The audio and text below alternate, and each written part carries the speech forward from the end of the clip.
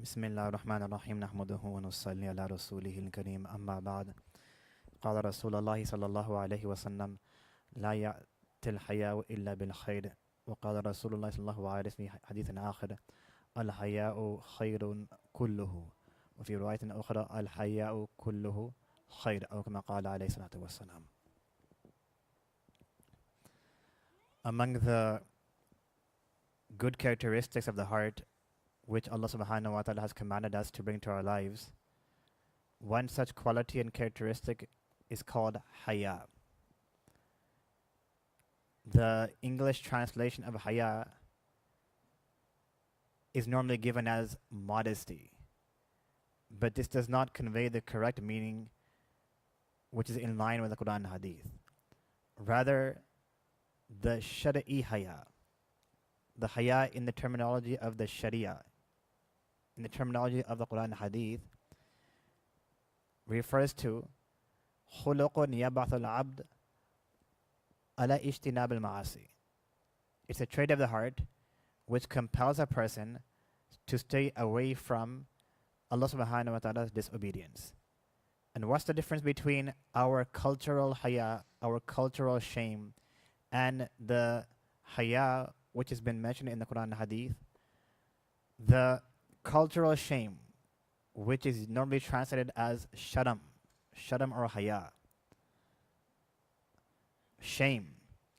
The cultural shame means that a person, he feels shame to speak the truth in front of those people who he grew up with, whether it's family, whether it's friends. So this cultural haya, it prevents a person from speaking the truth, because he feels that how can I stop my Muslim brother, how can I stop my Muslim sister who I'm very close with?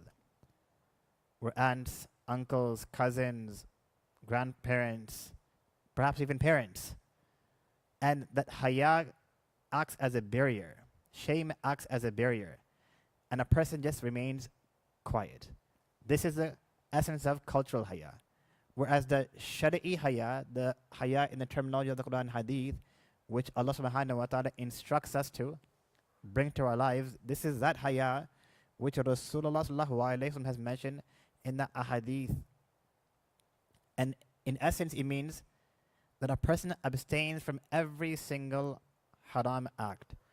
Once Rasulullah sallallahu alayhi wa sallam, he said to the companions radiyallahu ta'ala anhum, istahyu min Allahi haqqal haya. Adopt haya to its complete form. The Sahaba radiyallahu ta'ala said, Ya Rasulullah, inna nastahi. We already have haya, we already have shame. So how can we adopt more shame? So Rasulullah sallallahu alayhi wa sallam then explained what the correct meaning of shame is. He said, al-istihya haqq al-haya an ta'fadh al-ras wa ma wa'a. To have complete shame, to have complete haya in the court of Allah subhanahu wa ta'ala basically means that you safeguard your head and everything which surrounds it. That means you safeguard your eyes. Safeguard your eyes from looking at those things which a person should not be looking at. This is very, very important, especially in matters of deen. Many people complain that they don't find the pleasure of iman in their worships. They don't find sensation. They don't find enjoyment in the masajid. They don't find enjoyment in the recitation of the Quran. They don't find enjoyment in their dhikr. That's because through this worship, Allah subhanahu wa ta'ala's love is accumulating in the heart, yet at the same time, the windows of disobediences are open. And one of these windows are laying evil and casting evil glances upon those things which we should not be casting upon.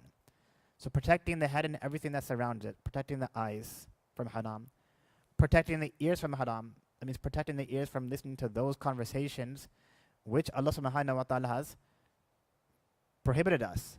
Protecting the tongue, this is very important, protecting the tongue from haram. Rasulullah sallallahu alayhi wa sallam has mentioned, Man kana yu'minu billahi wal yawm al-akhir falyakul khayra. Those who believe in Allah and in the last day, they should speak good. They should speak khair. And if a person is unable to speak good and khair, فَلْيَصْمُتْ, then he should remain silent. So if a person is able to speak good, speak good. And if a person has nothing good to say, then he should be quiet. So safeguarding the eyes, safeguarding the ears, safeguarding the tongue, safeguarding the mind from occupying wrong thoughts. This is just one part of haya. And thereafter, Rasulullah sallallahu alayhi wa sallam said, وَأَن تَحْفَظَ الْبَطَنَ وَمَا حَوَى, and to safeguard your stomach and those things which surround it. This means to safeguard your stomach from consuming haram. In today's day and age, many people, they have no regard for protecting themselves from consuming haram. They simply say, it's okay, we are living in the 21st century, we are living in the US, it's 2024, and everything is at our disposal. What's all this strictness in respect to hand-cut slaughter or machine-cut slaughter or so-and-so zabiha halal and so-and-so zabiha halal? I'm not criticizing a particular brand. I'm just saying, generally speaking, we see a lot of negligence in this regard. So a person, he needs to understand that if he doesn't safeguard his stomach from consuming haram, then the effects of that haram, they take place on his body. Man ghudhiya bil haram, rather Rasulullah has said that whoever is nourished with haram, that body which is nourished with haram, that body will be thrown into the fire of Jahannam. May Allah protect us all. So protecting the head and everything that surrounds it, protecting the stomach and everything that surrounds it, so the stomach itself, and two, the private parts, from zina, fornication, adultery. And again, unfortunately, we are passing through a time where our youngsters, especially, and even adults, it's not only youngsters, before it was youngsters, now it's everyone, na'udhu billah, who are involved in this heinous crime. And I mentioned this story before as well, and I will mention it again. Not too long ago, in one of these Western countries, one lady, she had a apartment and she put it on rental on Airbnb. And she had a doorbell camera. And she was shocked to see what happened with her own apartment suite. She was viewing everything on the doorbell camera, and what she observed, she put it into words, and she conveyed it into a text form, and that text form was then passed on to the ulama ikram of that locality, and they spoke about this issue from the minbar. Muslims, she was saying that 80% of her apartment suite was turned into a brothel, na'udhu billah, into a house of prostitution. And 80% of those participants were Muslims, aged from 10 all the way to 60, 65. This just happened a few weeks ago in a Muslim-dominated area. May Allah protect us all. May Allah protect us all. These are just few seconds of pleasure and sensation. And when these few seconds finish, then a person, he has to face eternal regret and remorse. May Allah subhanahu wa ta'ala protect us. Rasulullah sallallahu alayhi wa sallam, he beautifully explained to the Sahaba radiyallahu ta'ala anhum, istahyu min Allahi haqq al-haya means that a person who observes complete haya, it simply means that a person, he protects his entire self from head to toe. He protects his eyes, his ears, his tongue, his private parts, his stomach, his thoughts from evil and haram. Once this quality enters into the heart, then a person in the same manner, he will fear Allah subhanahu wa ta'ala. Rasulullah has mentioned, إِذَا فَاتَ الْحَيَاء فَاسْنَا بِمَا شِئْتَ. When haya is lost, so people wonder in today's day and age, how can this person do this to me? How can this happen? How can this Muslim brother do this? How can Muslims do this? How can our leaders do this? So, إِذَا فَاتَ الْحَيَاءُ فَاسْنَا بِمَا شِئْتَ. Rasulullah has mentioned openly in the hadith that once the quality of haya leaves a person's life, then there's no barrier between him and haram. Now he can do whatever he wants because that barrier which was there, that barrier has been removed. Haya. Now there's two levels of haya. My most unrespected teacher and Shaykh beautifully explains these two levels of haya. The first level is to have haya from people, to have shame from people. And the second level is to have shame from Allah subhanahu wa ta'ala. Abdullah bin Mas'ud radiyallahu anhu, he mentions that if a person has shame and he has haya from people, automatically, by default, he will have shame from Allah subhanahu wa ta'ala. Because if he's on the level 1, by default, he will have what's on level 2. Umar bin Khattab radiyallahu anhu, he mentions, Man qalla haya'u qalla wada'uhu, wa man qalla wada'uhu mata qalbuhu. Whoever has little haya, whoever has lost his haya, then that person will lose his taqwa and piety. And whoever loses his taqwa and piety, mata qalbuhu, his heart will eventually die out. May Allah protect us all. So nonetheless, Rasulullah has mentioned that once a person loses haya, then he does whatever he wants. Abu Uthman Hiyari, rahimahullah, a great sheikh, once he was walking down the street with his students, and someone from the top floor took some garbage or trash and he threw it to the bottom. And that garbage or trash happened to fall on the sheikh's clothing. So his students got extremely upset and angry at the person who threw that. And the sheikh, he put his head down and he went into prostration. His students were shocked. And instead of showing anger, instead of showing frustration, the sheikh goes into prostration and doesn't say a single word. After a few moments, the sheikh, he raises his head and he says that Abu Uthman, he's referring to himself, Abu Uthman is so sinful. Remember, this person is a sheikh. He's a very pious personality. And the more pious mashayikh are, the more humble they are. So he says that Abu Uthman is so sinful that I am lucky that only garbage was thrown from the top floor. If my sins were exposed, then Allah subhanahu wa ta'ala should throw fireballs at me. This was a condition of Abu Uthman Hiyari rahimahullah wa ta'ala. Now, we're not accountable to acquire this level. We should at least acquire the first level, and that is to abstain from every single disobedience of Allah subhanahu wa ta'ala. On a side note, the branch of adab al-mu'asharat, it means the branch of social etiquettes. This branch, many of our Muslims are deficient and falter, especially in respect to our masajid. If we look at our masajid, we will see garbage lying on the floor. We will see our washrooms dirty. And if you walk into a public setting, we will see in a public setting among non-Muslims, they have their attendants, their cleaning attendants. And majority of the times, their public places are clean. If we go to public places in the parks, we will see their toilets are clean. If we travel and we stop at these rest places, they have attendants on sites. The washrooms are clean. And I've experienced this firsthand. And yet, when we go to our masajid, where Rasulullah sallallahu alayhi wa sallam and our Sharia have emphasized the importance of cleaning and cleanliness, we will see that every single toilet almost is dirty and polluted.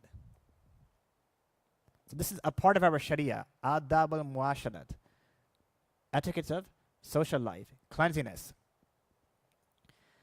Nonetheless, Rasulullah sallallahu alaihi wasallam has mentioned, al-haya la ya'ti illa bil khayr. Haya, once this khulak, once this trait is instilled in a person's heart, then only khair and goodness can come into a person's life.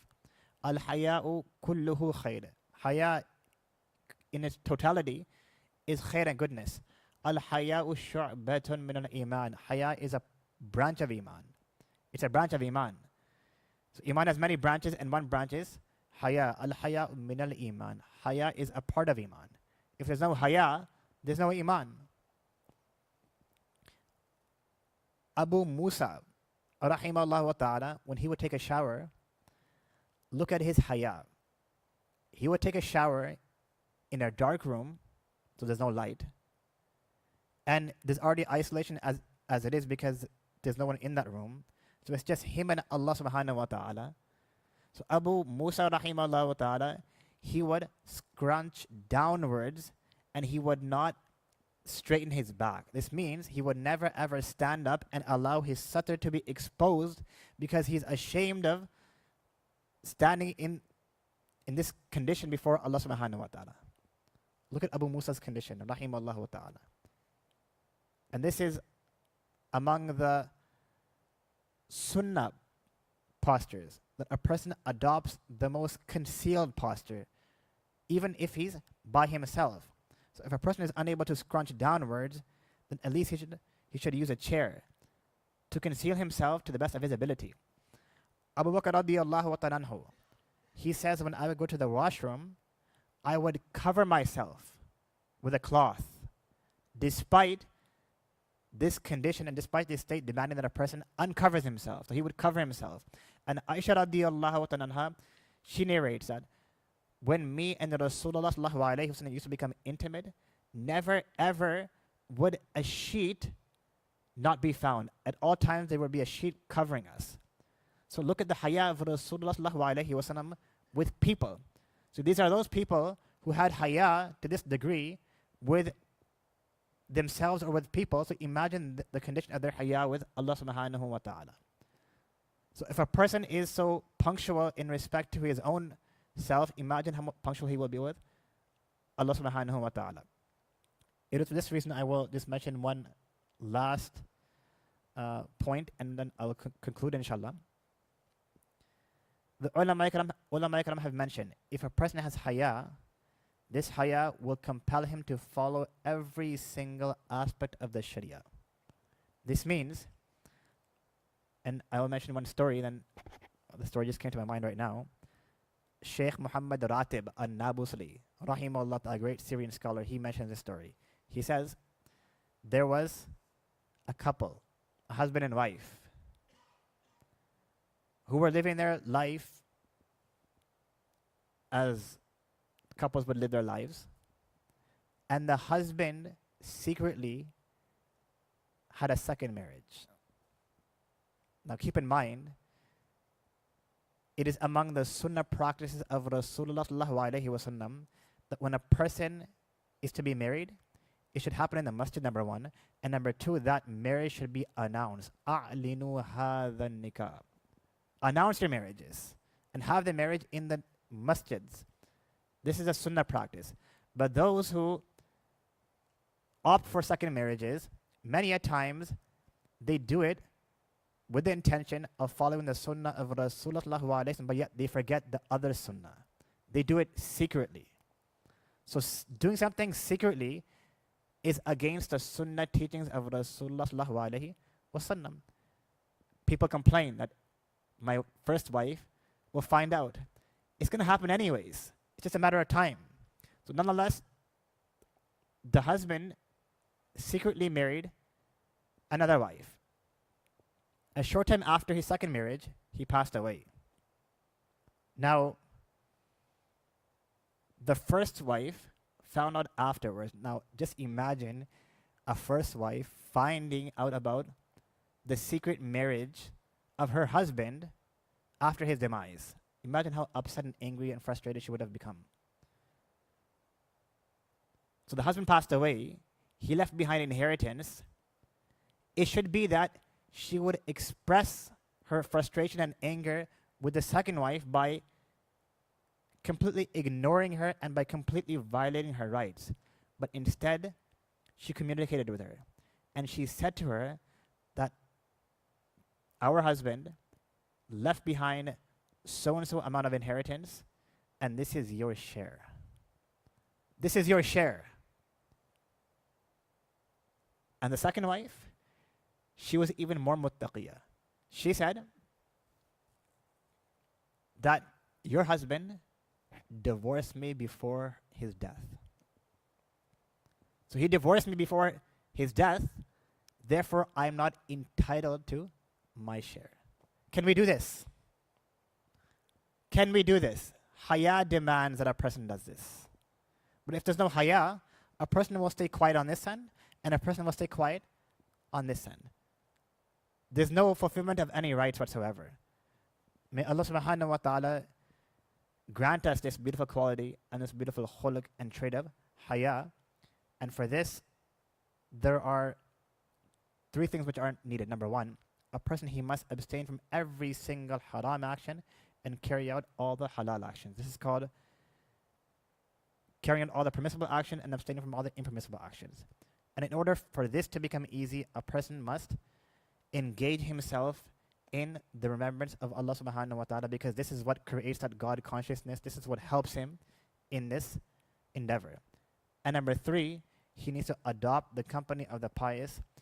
Again, this will assist him in carrying out the objective of abstaining from every single haram and carrying out every single good action.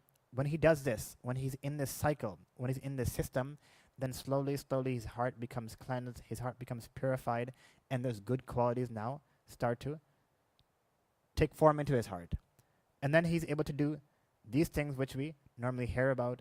May Allah subhanahu wa ta'ala enable us to understand and practice. Wa akhiru da'wana alhamdulillah rabbil alamin sadaqallahu al-azim. Before we depart for the next activity, inshallah, after the dhikr, after the tazkiyah program, we have a short dhikr session, and the general advice is that each and every single person is advised to recite istighfar 100 times, astaghfirullah, astaghfirullah, astaghfirullah, salat and salam 100 times, sallallahu alayhi wasallam, sallallahu alayhi wasallam, sallallahu alayhi wasallam.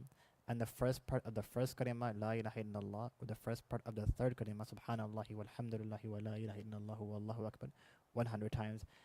And this should be done quietly, and the thought process should be that Allah subhanahu wa ta'ala is looking at me with love.